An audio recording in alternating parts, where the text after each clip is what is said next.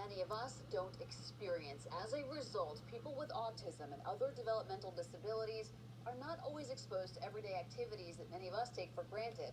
This afternoon, a Gaithersburg group called Community Support Services helped sponsor a bowling outing and fundraiser for people with developmental disabilities.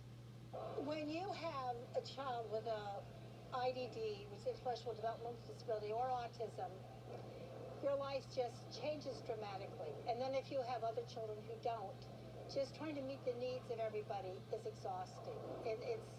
It's just exhausting, and you feel like you're never doing enough for anyone.